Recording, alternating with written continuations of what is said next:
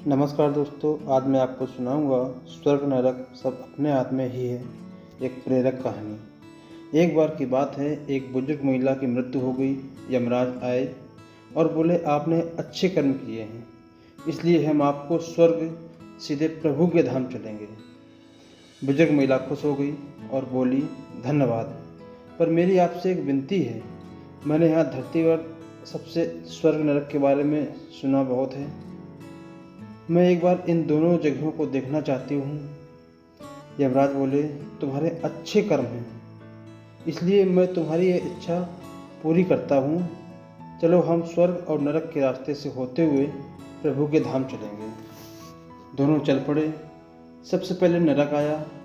नरक में बुजुर्ग महिला ने जोर जोर से लोगों के रोने की आवाज़ सुनी। नरक में सभी लोग दुबले पतले और बीमार दिखाई दे रहे थे।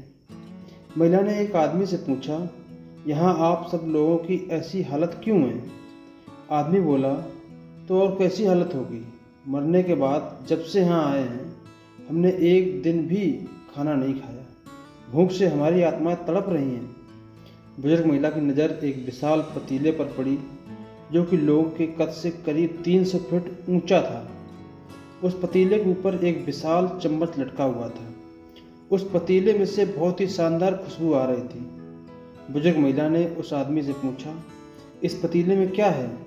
आदमी मायूस होकर बोला, ये पतीला बहुत ही स्वादिष्ट खीर से हर समय भरा रहता है। बुजुर्ग महिला ने हैरानी से पूछा, इसमें खीर है? तो आप लोग पेट भर के ये खीर खाते क्यों नहीं? भूख से क्यों तड़प रहे हैं? आदमी रो रो कर बोलने लगा, कैसे खाएं?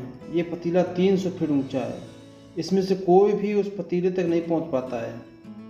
बुजुर्ग महिला को उन पर तरस आ गया। सोचने लगी, बेचारे खीर का पतीला होते हुए भी भूख से बेहाल हैं। शायद ईश्वर ने इन्हें यही दंड दिया। यमराज बुजुर्ग महिला से बोले, चलो, हमें देर हो रही है। दोनों चल पड़े। कुछ दूर चलने पर स्वर्ग आया। वहाँ पर बुजुर्ग महिला को सबकी हंसने खिलखिलाने की आवाज़ सुनाई दी। सब लोग बहुत खुश दिखाई दे रहे थे। उनको खुश देखकर बुजुर्ग महिला भी बहुत खुश हो गई। पर वहाँ स्वर्ग में भी बुजुर्ग महिला की नज़र वैसे ही 300 फुट ऊंचे पतीले पर पड़ी जैसा नरक में था। उसके ऊपर भी वैसा ही चम्मच लटका हुआ था। बुजुर्ग महिला ने वहाँ लोगों से पूछा, इस पतीले में क्या है? स्वर्ग के लोग बोले, इसमें बहुत स्वादिष्ट खीर है। बुजुर्ग महिला हैरान हो गई।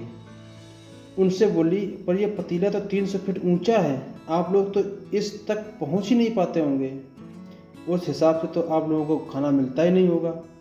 आप लोग भूख से बेहाल होंगे। पर मुझे तो आप सभी इतने खुश लग रहे हैं, ऐसे कैसे? लोग बोले, हम तो सभी लोग इस पतीले में से पेट भर के खीर खाते हैं। महिला बोली, पर कैसे? पतीला तो बहुत ऊंचा है। लोग बोले, तो क्या हो गया? पतीला ऊंचा है तो यहाँ पर कितने सारे पेड़ हैं। ईश्वर ने ये पेड़ पौधे, नदी, झरने हम मनुष्यों के उपयोग के लिए तो बनाए हैं। हमने इन पेड़ों की लकड़ी ली, उसको काटा, फिर लकड़ियों के टुकड़ों को जोड़ के विशाल सीढ़ी का निर्माण किया। उस लकड़ी की सीढ़ी के सहारे हम पतीले तक पहुँचते हैं और सब मिलकर खीर का आनंद लेते हैं। बुजुर्ग महिला यमराज की तरफ देखने लगी।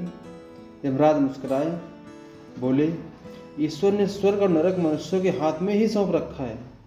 चाहे तो अपने लिए नरक बना ले, चाहे तो अपने लिए स्वर्ग। ईश्वर ने सबको एक समान हालातों में डाला है। उसके लिए उसके सभी बच्चे एक समान हैं। वो किसी से भेदभाव नहीं करते। वहाँ नरक में भी पेड़ पौधे सब थे, पर वो लोग खुद ही आलसी हैं। उन्हें खीर हाथ में चाहिए। वो कोई कर्म नहीं करना चाहते, कोई मेहनत नहीं करना चाहता, इसलिए सब भूख से बेहाल हैं। यही तो इस दुनिया का नियम है, जो कर्म करेगा, मेहनत करेगा, उसी को मीठा फल खाने को मिलेगा। अर्थात स्वर्ग एवं नरक आपके हाथ में ही है। मेहनत करें, अच्छे कर्म करें और अपने जीवन को स्वर्ग बनाएं। वीडियो अच्छा लगा हो तो लाइक करें, शेयर करें। चैनल पर नए हैं तो सब्सक्राइब करें।